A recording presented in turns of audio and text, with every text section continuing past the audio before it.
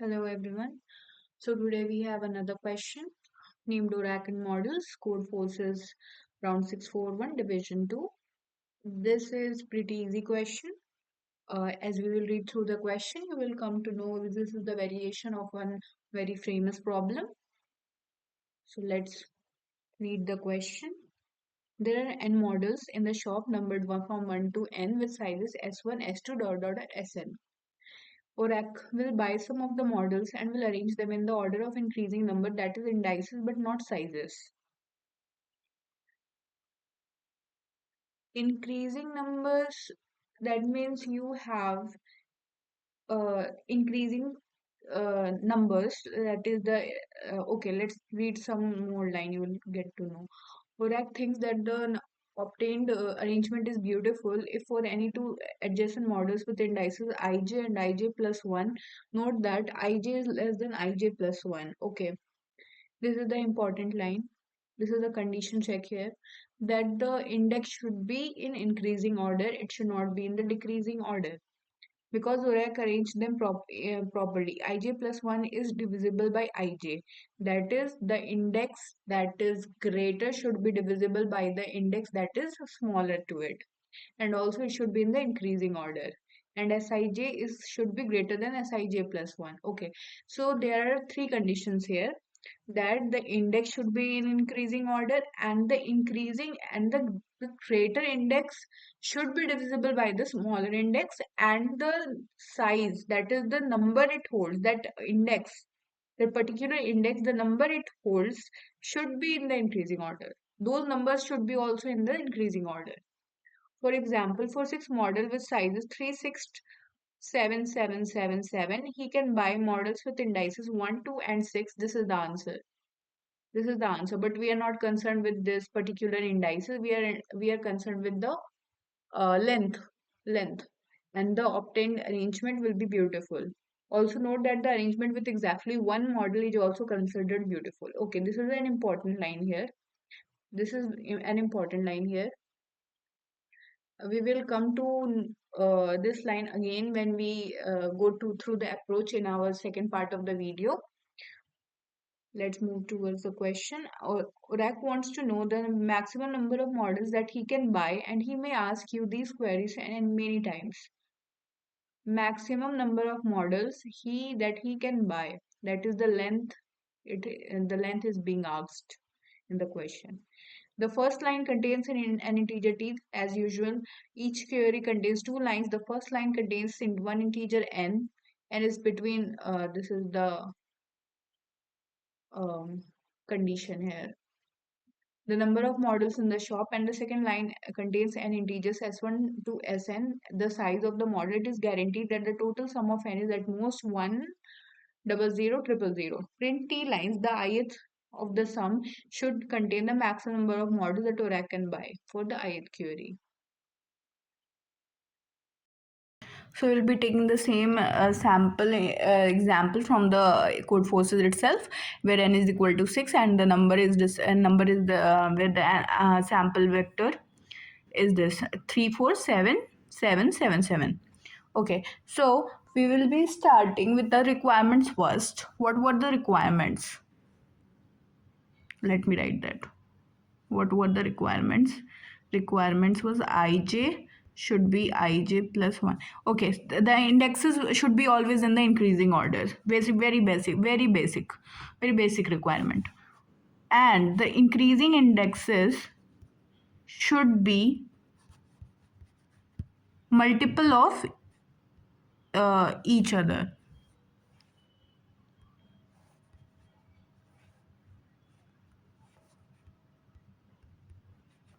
That is, the increasing index should be the multiple of the previous index. And what was our third requirement? That the number itself in the indices should be in increasing order. This was our third requirement. Now we will go through our dry run and we will see what should be our approach. Okay, can you before going to the through the dry run, I would like to mention something. This is the classic variation of one very famous problem, which of the DP itself. that is the longest increasing subsequence, where you can see there was a similar kind of requirements where the increasing where the indexes were in the increasing order, and the number in the indexes were also in the increasing order, and we had to find the number of the length, the best length, the maximum length of the increasing subsequence. Only the variation is this part. That's second part. Second requirement is the variation, is the only variation of that question. If you solve that question and come here again, you can you can feel this question is very easy. Now let's go through our approach and let's do a dry run. Okay, we will take a vector. We will take a vector. Okay, this question can also be solved by backtracking. That is the brute force approach. Backtracking, you will try all possible subsets where the time complexity will go bigger of 2 to the power n, which is the worst time complexity you can achieve, and you will get a TLE. So this approach is the better approach. I mean, for now it is the best approach, instead of using backtracking as a brute force solution. Initially fill this array with 1 1 1. Now why 1? Because if you have seen the previous part of this video, there I highlighted that one sentence, that each number is a good segment of itself. So we have taken each number as good in itself. So we have assigned each indexes as 1. Okay, so let's take a variable I and put it here. Okay, so what was our first requirement? That the indexes should be in the increasing order. So should I take another variable which should be ahead of I? So our first requirement will be fulfilled. Okay, let's take another variable which will be ahead of I. I have taken another variable which is ahead of I at the index 2, which named as j. Now let's come to our second requirement. What was the second requirement? Our second requirement was that the j should be multiple of I. That is, I should divide j. Okay, what that means? What that mean? That means that 1, 2, 3, 4, 5. 2 is divisible by 1, 3 is divisible by 1, 4 is divisible by 1, 5 is divisible by 1. Another 2, 4, 6. If the index is starting from 2, then 4 should then the next index should be 4, and then the next index should be 6. Why? Because 4 is divisible by 2 and 6 is divisible by 2. If the index is starting from 3, then the next index should be 6, and then the next index should be 9. Why? Because 6 is divisible by 3 and 9 is divisible by 3.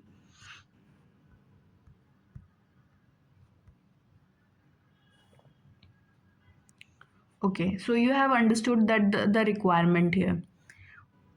How to achieve this requirement?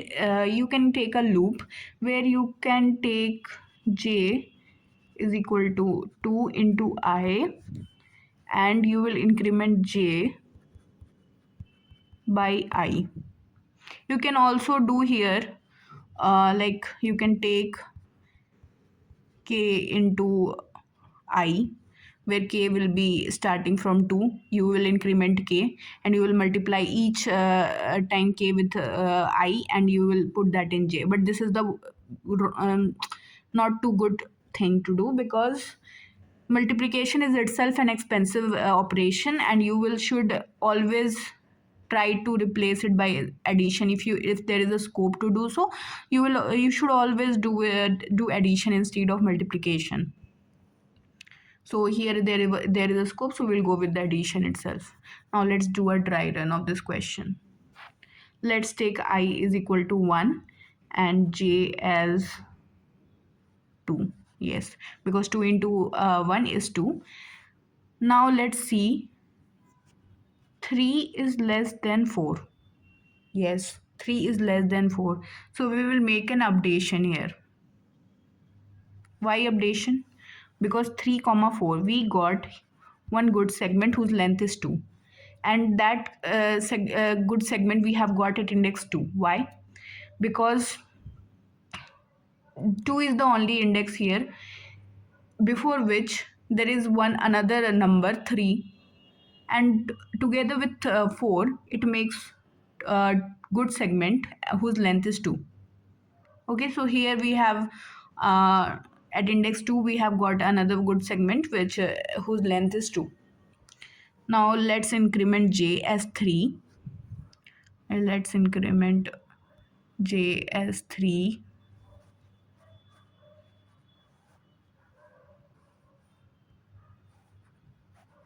J is 3. Okay, so again we have got another good segment. 3 is less than 7, so we'll increment this 2, and similarly we will get another good segments here like 3 7 3 7 3 7, so we'll increment this with 2. Now let's take I is equal to 2, and j will be here 4. Yes, 4 is less than 7. 4 is less than 7, so we have got another good segment which is 4 is less than 7, 4 comma 7 we have got another. But can you see here the previous index at 4 has already one good segment whose length is 2, so we will just increment it. Yes, because we have got another good segment, and we are our aim is to get the maximum best possible answer, so we'll just increment it. Okay, now let's make j as 6.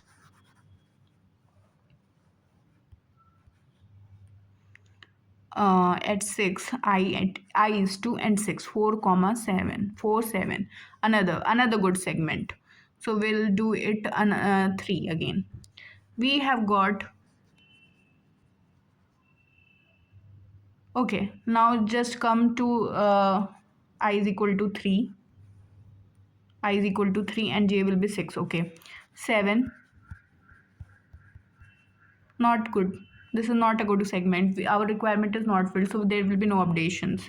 Now let's move towards 4. Let's do it 4. J will be 8.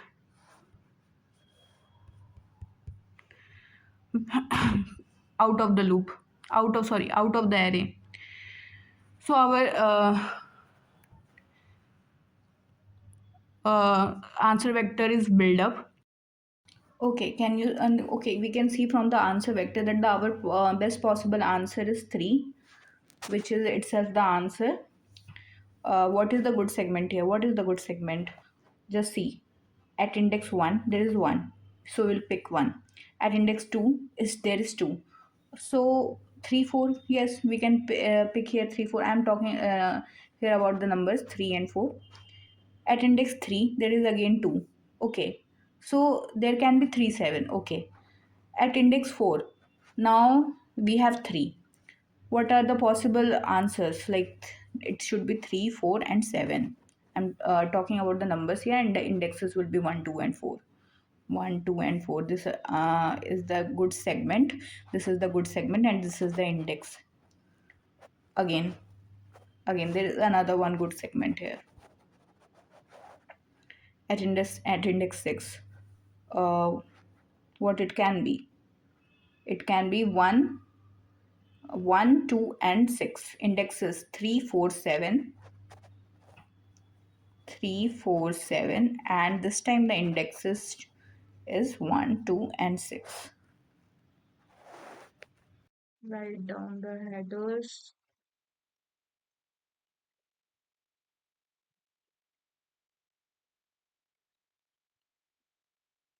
Take the input as number of test cases.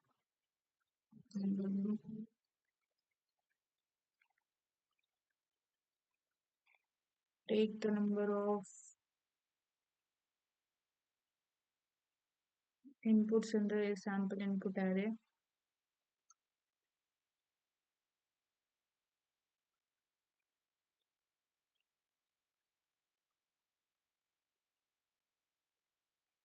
Yn plus 1 because our index is starting from 1 and not 0. Take from 1 to n.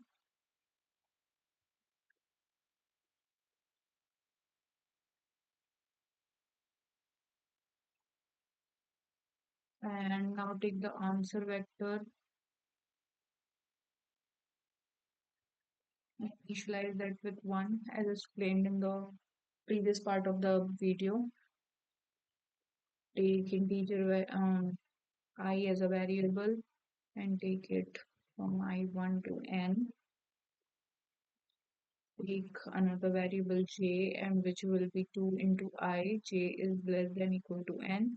J is equal to j plus I as explained in the approach. This is our third requirement. Nums of I is less should be less than nums of j. Only then you will update the DP array. How should be the DP array be updated? It should be updated this way. What is the old and what is the new value? What do you understand by the old value? The old value is the value in the index space itself. So what should be the old? DP of j itself. And what should be the new? New should be uh, what is the index variable before j? What is the index before j? I. It is I here. 1, 2, 3, 4, 5, 6, 2, 4, 6.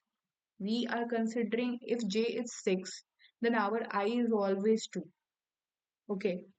So it will be dp of I plus 1. This is our new um, number here, new length. Okay. Now we will take the maximum. There is already one function for that in C++ to find the maximum value in a vector. You just have to remember that thing. I mean, remember the syntax. Hope there are no compilation errors.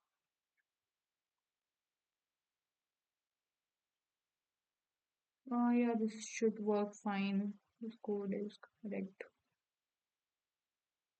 Let's submit it.